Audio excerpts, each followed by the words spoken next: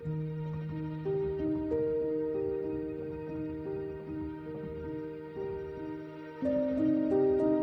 আলাইকুম। আমার এই চ্যানেলে আমি বেশিরভাগ টাইমে এডুকেশনাল কন্টেন্ট রিলেটেড ভিডিওগুলোই আপলোড করে থাকি, কিন্তু আজকের ভিডিওটা একটু ডিফারেন্ট হবে।